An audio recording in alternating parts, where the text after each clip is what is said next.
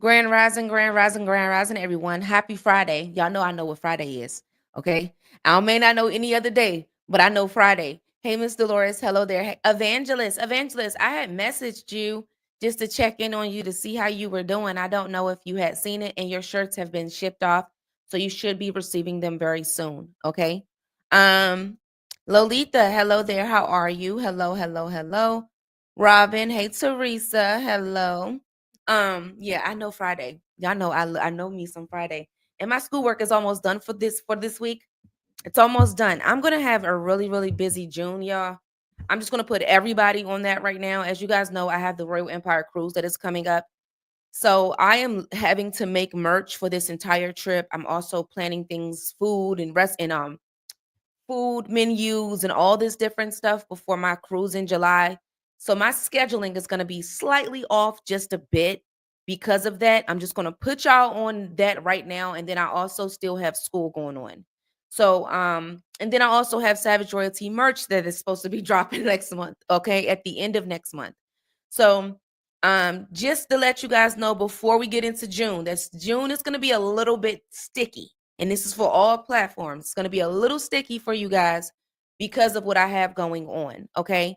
Now, once the middle of July hits, my classes are about over until August, the mid of August. So I will have a little bit at the end of July, a little bit of playtime, just a little bit, not much. But um, if you miss anything or if you don't see me or anything like that, don't be alarmed. I have a lot on my plate. It's just me running this whole Savage Royalty ENT by myself. Okay.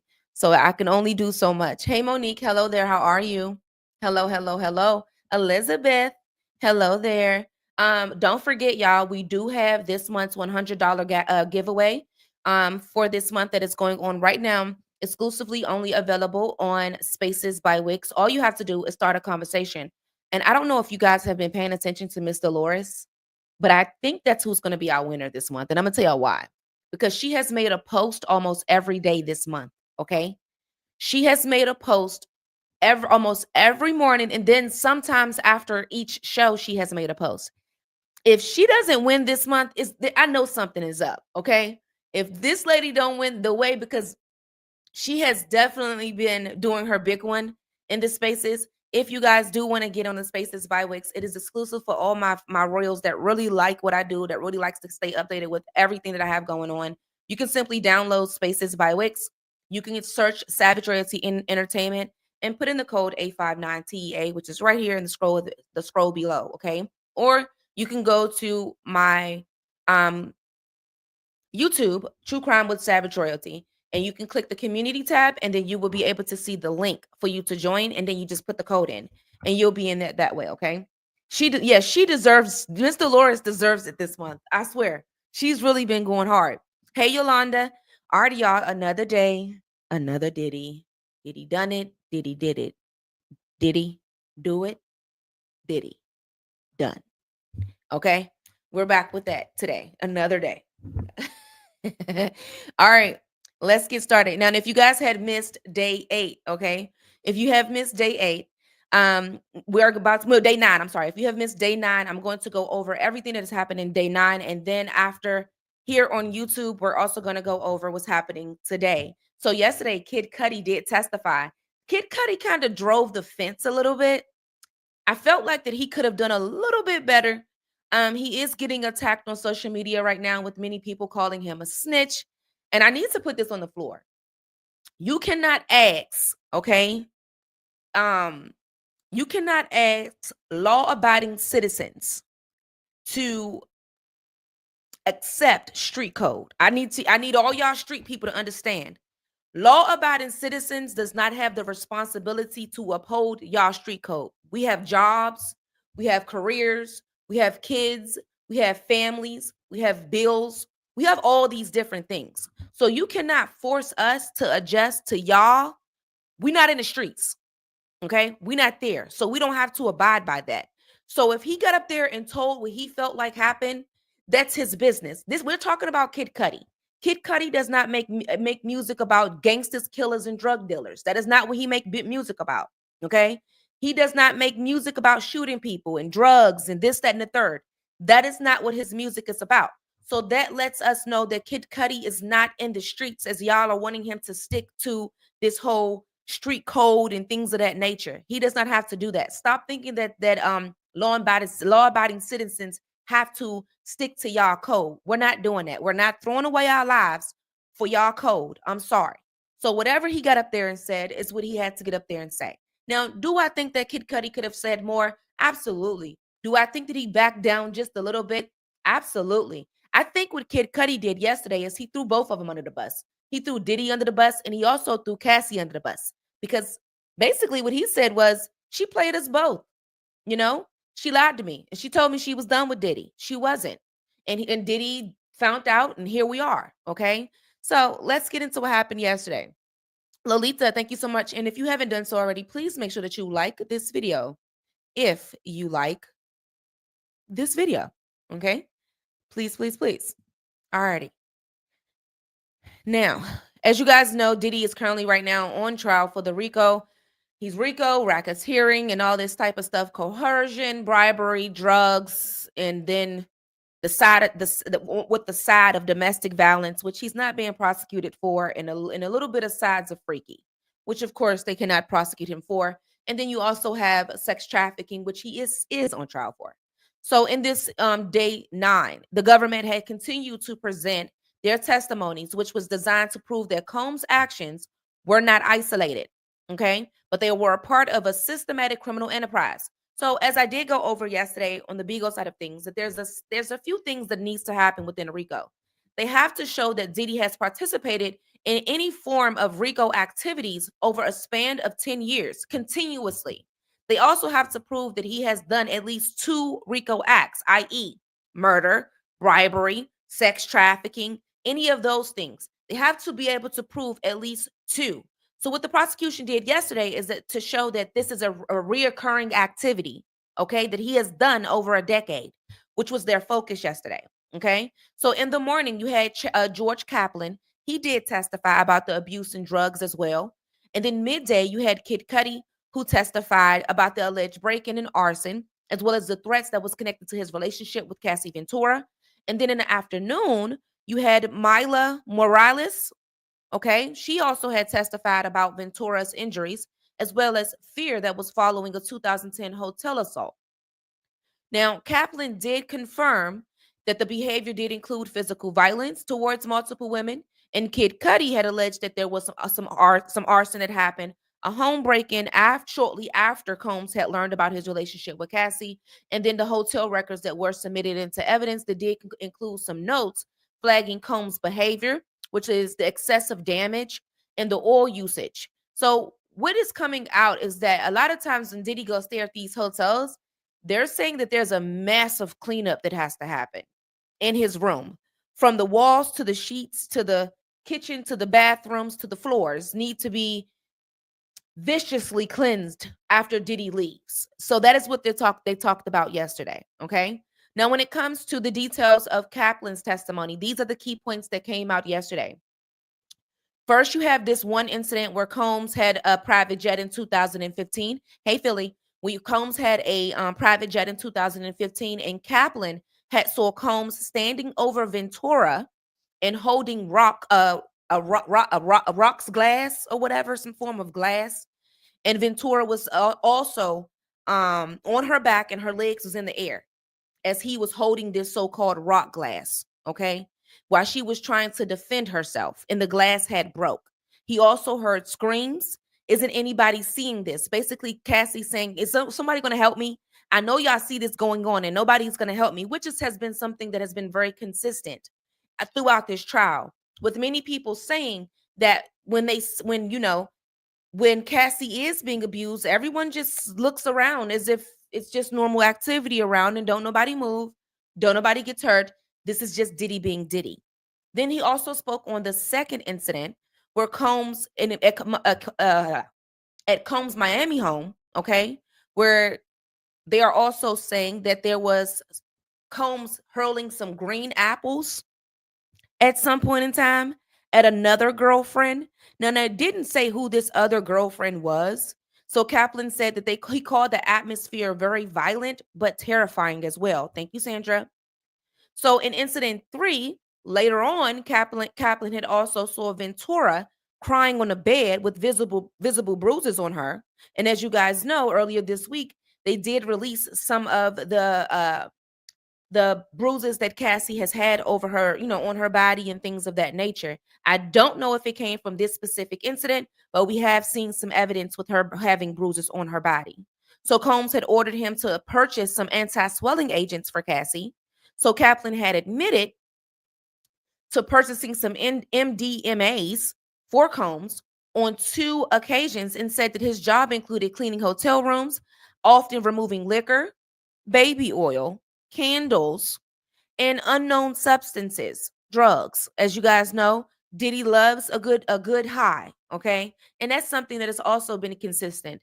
The MDAs, the ketamines, the weed, the pills, the perks, the Zans, all this stuff has been mentioned throughout this entire trial. Hey, Queen. So in the cross examination, they did highlight that Kaplan did have an admiration for Diddy, where he says that he was a fan. He liked Diddy. He liked what Diddy did. And he also says that there was an ongoing contact. Okay. It was a very ongoing contact. And he says that even to the most recent years, he has continued to message Diddy and wish Diddy a happy birthday. Kaplan did confirm that he never saw Combs with the weapon, and he still sent him these birthday, messages. Now, he did say during his testimony that it was a very toxic environment, but there was something that was very inconsistent in Kaplan's testimony, and it was the reason of why he left. One moment he said that he left because, it was a toxic environment, but if it was so toxic, why would you want to still be in communication with such a toxic person? And then he also said that the reason was that he left is because of his father and an illness with his father. So the defense was sure to, they were sure to highlight the inconsistencies in his reasons of leaving, but also his inconsistencies on how he felt about the work environment while still taking time to idolize Diddy and keep in contact with him. If he's such this bad person, if you've seen this violent behavior from Diddy, and he actually said that, what was going on at the Diddy empire was that it did not match his morale and his integrity, then that was his reason for leaving. So why do you want to talk to him still? Why are you texting him happy birthday? It's a lot of craziness that's going on in this trial for sure. And as I said, and I've been saying this entire coverage, this is a up and down roller coaster trial. Like this, the moment we think that the prosecution has done a great job, here's this defense finding the smallest hole and turning it into a sinkhole for a witness. Okay. And they have done a great job. Another thing that they've done a great job at is being able to identify that while this is Diddy's enterprise, while he is the head man in charge, they were able to get people to admit that Diddy didn't force them to do anything. They were able to get witnesses to admit that they just thought that that's just what Diddy wanted, and they were willing to do whatever Diddy wanted them to do. They were able to get them to admit that they are fans of Diddy.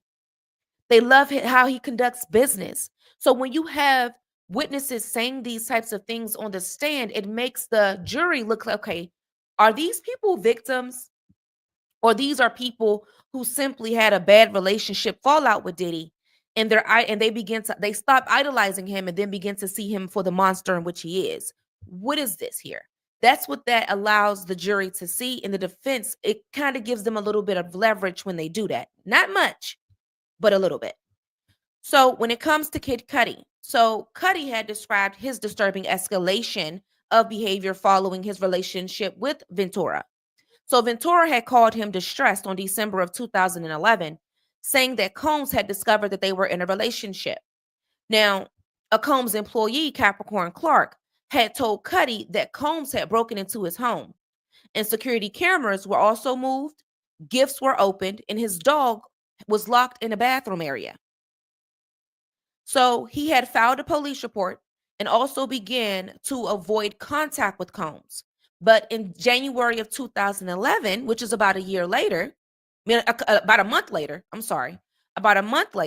his Porsche was then set on fire. by a Molotov cocktail. Okay. Now, Cudi has suspected that Combs had did it, but he never saw him do it. Now, the reason why he felt this way is because if you remember, Cassie said early on in her testimony that he had burnt up Kid Cudi's car because they were in a relationship together. And it's also believed that Cassie at some point had warned Kid Cudi about this whole finding of the relationship. Okay. So at a later meeting, Combs had denied any involvement. And in 2015, Combs had apologized. And Kid Cudi has found that he had said that he had found peace with it. That he no longer focused on it anymore. Cudi had also testified that Ventura had confided in him about Combs hitting and kicking her, but never mentioned any sexual abuse. Sexual abuse had happened. But when he was cross-examined by the defense, they also was able to show and pressed on the lack of proof for the arson. And they also highlighted that Ventura was playing both men. Cudi had admitted that Ventura didn't discuss any sexual abuse and that they lost contact after their breakup. She never told anyone about this part, not even Kid Cudi, someone that she was dating. Okay. They locked the dog up. Yes. So that, as I said yesterday, the dog done caught a stray. There are so many people that has been catching strays. Barack Obama has caught a stray. There's a lot of people that are not on the stand. They're not in the courtroom, but there's a lot of people catching strays, and the dog is definitely one of them. So the dog was definitely being spoken about a lot because they spoke on, how the dog was afraid and, the dog was scared. And, yeah, the dog was definitely a victim of Diddy. The dog was definitely a victim. So when it comes to Mylah, okay, she was a makeup artist. She did testify later on yesterday, and she had offered a critical testimony about the alleged 2010 assault. So after the Grammy party at Prince's house, so a lot of you guys were talking about this audio recording from Prince. From my understanding, that is not real. I don't know where they got that from. I don't know who put that in the atmosphere that there was some form of audio that was supposed to have been played in the courtroom with Prince. That's not the case. And there's a lot of bloggers and people from, that has come out to say, no, that's not true.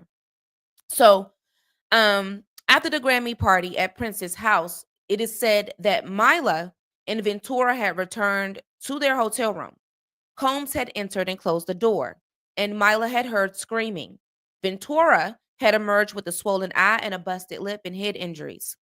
So Mylah also Mylah sheltered Ventura at her home and also had a doctor examine her as well. Ventura had refused the ER visit. So Mylah did not call the police out of fear of her life. She had stated that the incident was never discussed again. Now, on the cross-examination, this is when it always gets sticky. Mylah had admitted to 8 media interviews in 2020 and 2024, but she said that she wasn't paid. She didn't witness the assault directly. The defense also introduced some photos of Ventura working post the incident to argue her career was never derailed at any point. See, this were a lot of these witnesses, and this also would played a role in why we're looking to see. I feel like us as the people, we're looking to see some really big names on this stand, and we're not getting that. We're not getting that. I'm gonna give you an example. We were looking for Aubrey O'Day. She's not coming. We were looking for Gene Deal. He's not coming. Okay. These are people who have been very vocal through podcasts, through interviews, and things of that nature. And that is why they cannot get on the stand. And if they do get on the stand, just right here, what happened with Mylah would have happened to them. You have done 8 interviews about Sean Diddy Combs. And what that allows them to do is to be able to go back and look at these interviews to see if your story that you said is matching what you're saying on the stand. Hey, no weapon. If it is matching, and if they are able to find any piece of a sentence, something you left out, something you switched up, something that wasn't consistent, they're going to be able to pull it out in the testimony, in their questioning as well. So this right here is a prime example of why we don't see the big names that we should see, why we don't see the victims that we know are victims, but they're not on the stand. And it's because they've done too much talking prior to where it will kind of be able to be played with and manipulated a bit. You got to be really mindful when you want justice and how you go about getting it. This is why people who are saying free Diddy, I'm talking for the free Diddy people right now. It's people like this girl here that is kind of adding to their whole free Diddy anthem of, well, why did they want it? Why did she choose to go to the podcast and not the police type of thing? Because you've done 8 podcasts about this, but you've never once went to the police to mention nothing. You just let it all drop. But you have monetized this story over and over again 8 times. It's how they're going to look at it. Okay? Now, when it comes to the jury, as you guys know, we are working towards Memorial Day weekend, and they will be dismissed for the Memorial Day holiday. The trial will resume on Tuesday with the testimony from Capricorn Clark, and prosecutors admitted hotel records, device forensic reports, and expert testimony into evidence. The defense continues to push the narrative that Combs was unaware or uninvolved in the daily operations. And I must say, as someone that has been watching this from day one, they've done a great job at proving that Diddy wanted drugs, but Diddy ain't get them. Diddy wanted to pay somebody off, but Diddy ain't pay the money. Diddy wanted the escorts, but Diddy ain't meet the escort at the door. Diddy enjoyed the freak offs, but he didn't pay the money. Diddy like hotel stays, but Diddy not the one that booked the hotel. They've been a great job to really distance Diddy from the daily operations. And they have to be able, in a RICO, to be able to show that Diddy controlled the daily and told people to do this and do that. But there has been multiple people to come up there and say that he hasn't. But it doesn't mean that Diddy is not going to get any time, though. It doesn't mean that, though. It doesn't. I promise you, he wasn't dumb at all. As I was saying earlier this week, you can never convince me that Diddy didn't read the 48 Laws of Power and mastered it. He has mastered mind manipulation and control. He has mastered power. He has mastered so many different things. So many different things. But this defense is doing a great job of proving that this is not by force. This was by choice. Can we say that Diddy is a monster after hearing all of this? Absolutely. Can we honestly say that Diddy knew about some of these things? He just did a great job of ensuring that his hands ain't touched nothing. Absolutely. But we got to see if the prosecution is going to be able to direct Diddy to a lot of these main things. Example, Kid Cudi said his car was burned, but he never had no proof that Diddy did it. Not to mention, they also said yesterday that the DNA that was found by the car, it was a female. It wasn't Diddy. The ex-Kid Cudi, the defense.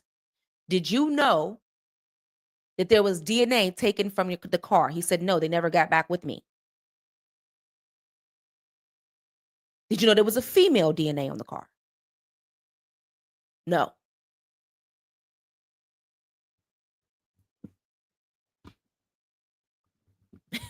So it's going to be a kind of tough. Okay. Now,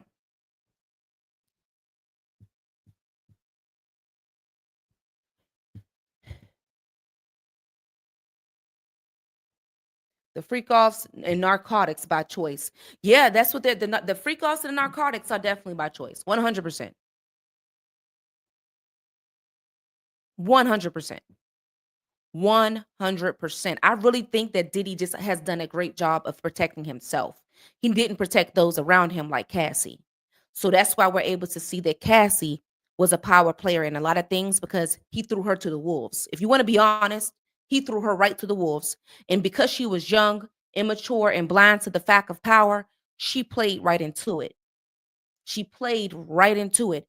And she continued on, and it gave him the ability to take away the fact that he mind controlled this girl and manipulated her at a very young age to where now it has gotten so far out to where he has now been able to put it all on her and distance himself and it's causing people to say that Cassie is not a 100% victim. Cassie is a victim. Did she play a leading role in some things? Absolutely. Yeah. He set her up big time. Yeah, he set her up big time. And it's kind of sad, honestly and truly. Okay. Now, when we dig a little deeper when it comes to analyzing everything that has come out of this, okay, when it comes to the reliability and the impact of each witness that we heard yesterday, Kaplan, he's highly credible in this case. So, despite the emotional conflict and the detailed accounts of the abuse and logistics and Combs' micromanagement support enterprise level control, his departure due to the moral comfort adds weight to the testimony. Okay. Basically saying that there were things going on there that he would morally was not okay. And I had to leave. But don't forget, within his testimony, he did say that he still contacted Diddy and have a lot of respect for him. Then you also have Kid Cudi, very charismatic but emotional type of testimony. Okay.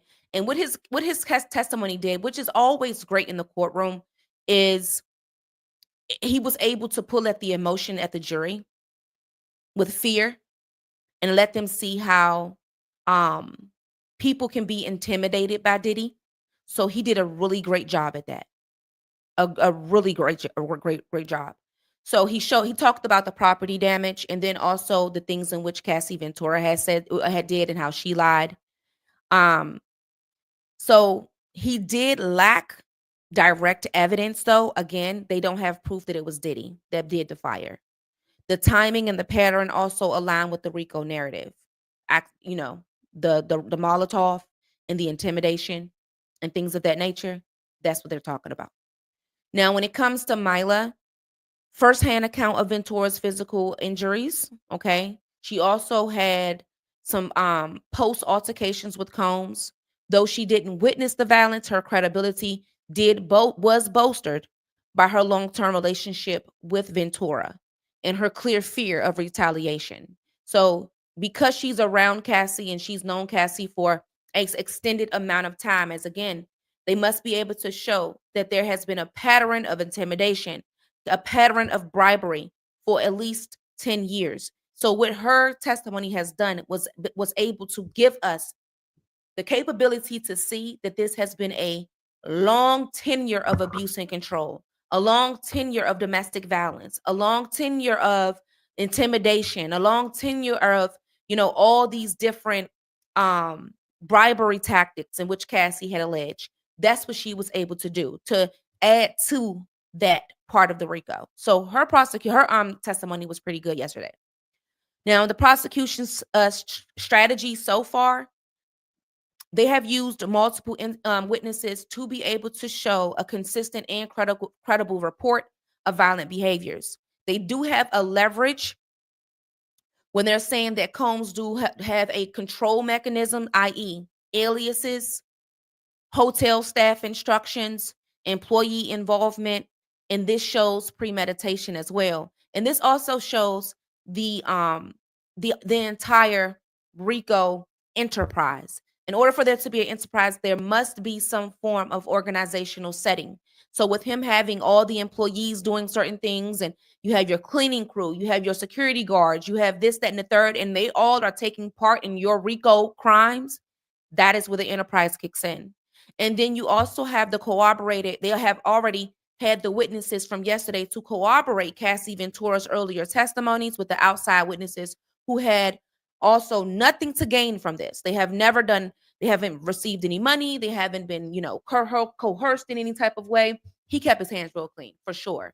Now, when it comes to the defense strategy in this, they did undermine the credibility, basically to frame witnesses as emotionally entangled, conflicted, and inconsistent. They have continued to emphasize the lack of direct physical evidence that is linking Diddy to these arsons and any injuries. They also are suggesting that the actions were taken without Combs' knowledge by overzealous staff. Okay? Once again, this has been their focus since day one for the defense. So they also have done a great job to paint Ventura as a manipulative and consensual party in this relationship. Okay?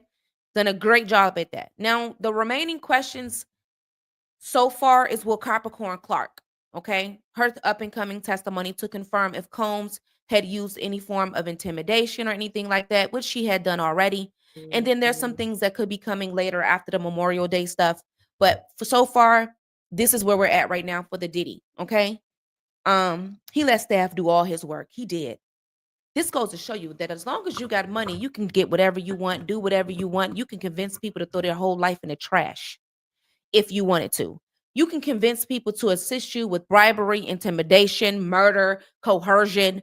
All as long as you got money. That's what this is showing us. This is showing us the leverage of power. Because this is so much power that this man has been able to take away Cassie's victimization. There's people that don't even see her as a victim. That this man has literally handed the burning torch to her and has turned her to a bad guy. And the defense has helped him do it. People do some strange things for the almighty dollar. Very strange things. Okay? So I will be continuing to keep everyone very much updated. There has been a lot that has been coming up. A lot of resurfaced videos have been coming up as well, about things that Diddy has done in the past. I'm wondering if it's going to be like some old, you know who I would love to see on the stand? Mace. But honestly and truly, I don't even think that Mace can get on the stand because I think that Mace know more when it comes to Biggie. I think if Mace going on a stand, he's going to kind of burn himself. Yeah, I know that he was a pastor at one point in time but he has turned over right back into hip hop and he's back in his old ways. I'll be sure. I would love to see I'll be sure. Type some names today, guys, of who you would love to see on the stand against Diddy. Okay. Because we need some people that can literally say without a shadow of a doubt that Diddy told me, Diddy did, Diddy done, Diddy said, Diddy got. We need somebody to say that. Farnsworth Bentley. Where is Diddy's? Oh, I can't say that. Where is Farnsworth? Marion Kim, Justin Bieber, Faith Evans, Usher. Oh no, Mace definitely won't go on. I don't think he will either. J-Lo, Shine. I don't think Shine. Mary J. Blige. Yeah, I don't think Shine will go on because he's in politics right now. Now if Shine go up there, Diddy, you're done. And I'm gonna tell you why you done. Let me tell you how I know that you're done if Shine get on that stand. Because Shine went to jail for what you did. And then what about the woman that got shot? If she get on that stand, you're done. The woman that said that it wasn't Shine that shot her, it was Diddy that shot her. You are finished, babes. Finito. Done. Over. Because they will be able to say, Diddy said, I seen Diddy do, Diddy did this, Diddy told me, Diddy da da da. They will be able to say exactly what you did. And if they're not on this stand as victims that we know are victims, I know something. Prosecution.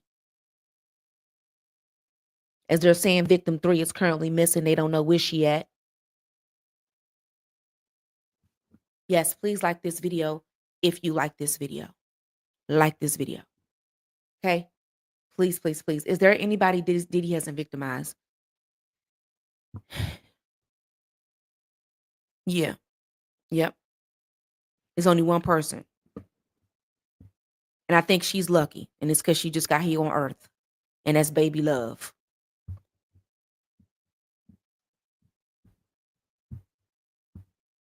That's the only person that I could possibly say has not been truly victimized by Diddy. Is baby love. And it's because she's only 2. That's the only person, honestly and truly. Alrighty, guys. I will see you guys on Monday. Thank you so very much for tuning in with me. I appreciate you a lot. Okay. Don't forget, we do have This month's raffle is closing out. Don't know who's going to win. There's a $100 giveaway. All you got to do is download Spaces by Wix and get into the members app so that you will be able to start you a post to get into the raffle. Right now, it looks like that Miss Dolores is about to run off. Okay. Alrighty. And Miss Evangelist, please let me know when you get your shirts and give me some feedback on how you like your t-shirts. You are the first to have the new merch that has not been released as of yet. So please give me some feedback. I don't care if you do it in a review on Google or if you just go in the group and give me a review, whether it be how I pack my stuff. I want the people to be able to know. So just let me know how you like your shirts, the quality and everything. Okay. And I make them myself. So I'm not paying nobody to make them. They coming straight from these hands. Alrighty. You guys have a beautiful, beautiful, beautiful day. And thank you for watching and thank you for tuning in to True Crime with Savage Royal.